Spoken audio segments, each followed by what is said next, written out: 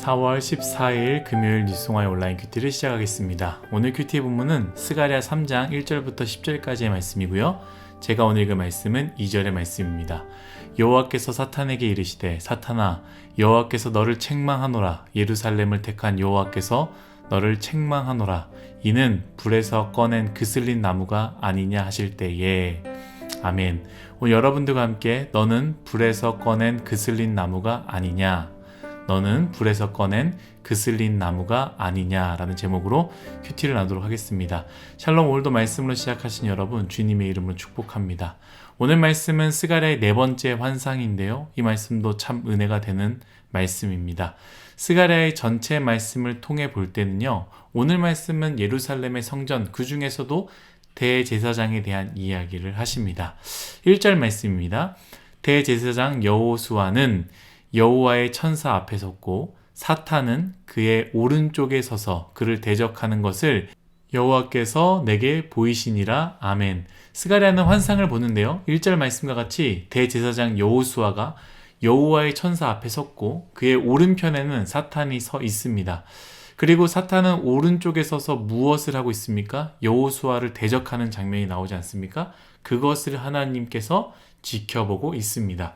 먼저 우리는 사탄을 생각하면 단순히 무섭고 무시무시한 이미지를 생각할 수 있는데요.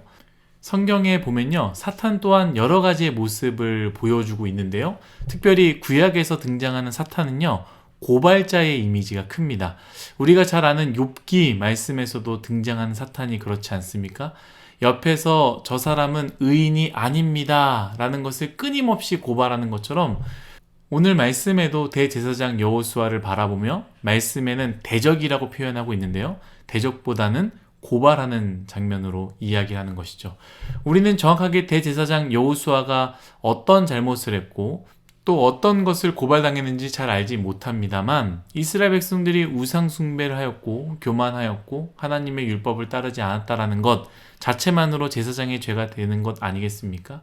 그래서 이스라엘 백성들은 바벨론의 포로의 삶을 살았고요, 고통과 아픔 속에 살다가 이제 다시 포로에서 귀환하여 이스라엘 땅으로 돌아왔습니다. 사실 사탄의 입장에서의 고발은요, 정당할 수 있습니다. 대제사장 여호수아는 죄인이며 그렇기 때문에 하나님의 직무를 할 수 없는 사람입니다. 사실 정당할 수 있다는 것이죠. 여러분, 우리가 이 말씀을 묵상할 때에 사탄이 우리를 유혹하고 또한 넘어뜨릴 수 있지만 오늘 말씀과 같이 고발하는 자다라는 것을 꼭 기억해야 됩니다.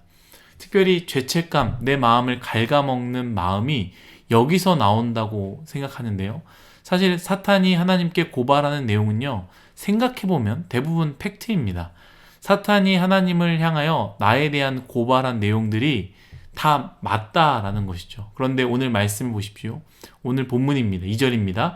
여호와께서 사탄에게 이르시되 사탄아 여호와께서 너를 책망하노라. 예루살렘을 택한 여호와께서 너를 책망하노라. 이는 불에서 꺼낸 그슬린 나무가 아니냐 하실 때에 아멘. 하나님께서 사탄을 책망하시죠. 하나님 스스로 자신을 무엇이라고 말하고 있습니까? 예루살렘을 택한 여호와라고 이야기하고 있습니다.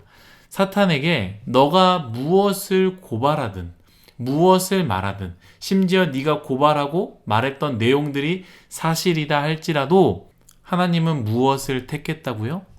내가 예루살렘을 택했다라고 스스로 이야기하십니다.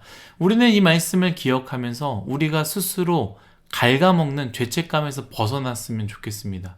왜냐하면 나의 죄와 상관없이 하나님은 우리를 선택하셨기 때문입니다. 그 증거가 도대체 어디 있습니까? 어디 있습니까? 바로 예수 그리스도의 십자가 아니겠습니까?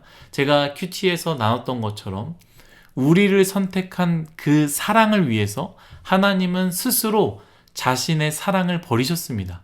가장 사랑하는 독생자를 거부하셨고 외면하셨고 간절하게 부르짖고 간절하게 찾았음에도 불구하고 하나님은 외면하면 응답하지 않았다라는 것이죠.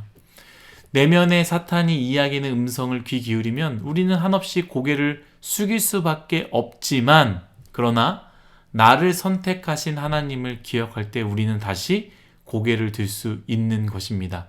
여러분, 예수님의 십자가를 보십시오. 그것이 하나님이 우리를 선택하셨다라는 증거입니다. 여러분들의 마음을 붙잡고 있는, 넘어뜨리는, 무너뜨리는 그것이 무엇이 되든 간에 주님이 우리를 선택하셨습니다. 예수님의 십자가는요, 어떤 것을 구분하거나 구별하지 않지 않습니까? 이 죄는 되고 저 죄는 되지 않는다라고 하지 않습니다. 저것은 통과, 저것은 통과하지 못한다. 이것은 없습니다. 모든 것, 모든 사람, 어떠한 사람이든 어떠한 죄든 예수 그리스도의 십자가를 진심으로 믿을 때 그 모든 사람들은 다 자유해진다라는 것이죠. 여러분들을 선택하신 하나님을 바라보시고 그 십자가를 바라보시기를 예수님의 이름으로 축복합니다. 다시 말씀해 보면 하나님께서 대제사장 여호수아에 대해서 이야기를 하는데요. 오늘 큐티의 제목이기도 하죠. 2절 말씀 제가 다시 한 번 더 읽도록 하겠습니다. 여호와께서 사탄에게 이르시되 사탄아 여호와께서 너를 책망하노라. 예루살렘을 택한 여호와께서 너를 책망하노라. 이는 불에서 꺼낸 그슬린 나무가 아니냐 하실 때에 아멘. 여호수아를 어떻게 표현합니까? 불에서 꺼낸 그슬린 나무라고 표현하십니다. 무슨 의미입니까? 이스라엘 전체를 봤을 때 심판당한 이스라엘 백성, 곧 바벨론에 끌려간 이스라엘 백성으로 볼 수 있습니다. 또 영적인 의미로 볼 때는 무엇입니까? 불심판을 당한 것이죠. 그 죄로 말미암아 그 불구덩이에 들어간 것입니다. 곧 이스라엘 백성을 대표하는 여호수아는 사실 불의 심판, 곧 완전히 죽을 수밖에 없는 인생이었는데, 심지어 불에 타고 있었는데 누가 이스라엘 백성의 대표성을 가지고 있는 여호수아를, 아니 이스라엘 백성을 건져 주셨습니까? 하나님께서 불에 타고 있는 나무를 꺼내 주셨다. 하나님께서 심판당하고 있는 너희를 내버려 두지 않고 다시 구원해 주셨다라는 것을 의미하는 것이죠. 사랑하는 유승화 여러분, 스스로 아무것도 할 수 없습니다. 아무것도 할 수 없습니다. 주님께서 건져주시지 않으시면 우리는 아무것도 아닙니다. 그러나 주님이 건져주셨다라는 것이죠. 그리고 하나님께서 무엇을 말씀하십니까? 3절, 4절입니다. 여호수아가 더러운 옷을 입고 천사 앞에 서 있는지라 여호와께서 자기 앞에 선 자들에게 명령하사 그 더러운 옷을 벗기라 하시고 또 여호수아에게 이르시되 내가 내 죄악을 제거해 버렸으니 내게 아름다운 옷을 입히리라 하시기로 아멘. 하나님께서 그 더러운 옷을 벗기시고 무엇을 입히십니까? 제사장의 아름다운 옷을 입히시는 것 아니겠습니까?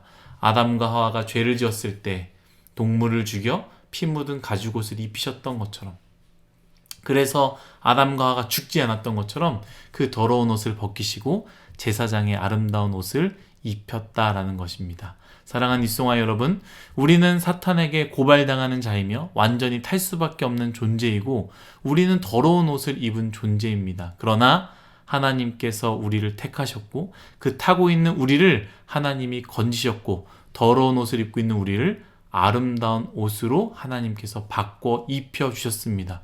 우리는 그런 존재입니다. 우리가 그 존재임을 잃어버리지 않았으면 좋겠습니다. 세상에는 가진 것, 배경으로 우리의 가치를 평가하지만 하나님의 평가 무엇입니까? 우리의 존재 그 자체, 그것만으로도 너는 사랑받을 존재이다 라는 것을 꼭 기억했으면 좋겠습니다. 마지막입니다. 그런 존재를 깨끗하게 하시고 나서 무엇을 명령하시냐? 너무 중요한 말씀이죠. 7절입니다. 만군의 여호와의 말씀에 내가 만일 내 도를 행하며 내 규례를 지키며 내가 내 집을 다스릴 것이요 내 뜰을 지킬 것이며 내가 또 너로 여기 섰는 자들 가운데에 왕래하게 하리라. 아멘. 주님이 택하였고 구원하셨고 아름다운 옷을 입혔으니 너희는 마음대로 살아라. 이것이 아니다라는 것이죠. 하나님의 형상대로 살아가야 한다는 것이 주님의 명령입니다. 하나님의 형상의 삶은요, 여기 말씀하셨던 것처럼 하나님의 도를 행하는 것이며 그의 규례를 지키는 것입니다. 그렇다면 여러분, 하나님의 도와 규례가 무엇입니까? 힘을 다하여 하나님을 사랑하는 것, 그리고 그 이웃을 사랑하는 것 아니겠습니까? 사실 우리 인간은요, 마음의 욕구라는 것이 강력하게 있습니다. 그 욕구 자체가 악하다고 말할 수는 없습니다. 그런데 하나님의 도, 하나님의 규례는 늘 무엇을 말하고 있습니까? 타자 앞에서, 특별히 고통받고 있는 사람들 앞에서 내 욕구를 절제하라는 것, 내 마음속에 강력한 욕구를 잘라내고 내 마음 문을 열고 고통받는 사람들을 향해서 손을 내밀라라는 것이 바로 너희는 내 도를 따르고 내 규례를 지키라라는 것 아니겠습니까? 이게 레위기에 있는 19장에 있는 말씀의 그 규례들입니다. 그것이 인간이 인간다움을 찾는 것이며 그 인간다움이 하나님께서 사람을 창조하실 때 자신의 형상대로 만든 진짜 모습 아니겠습니까?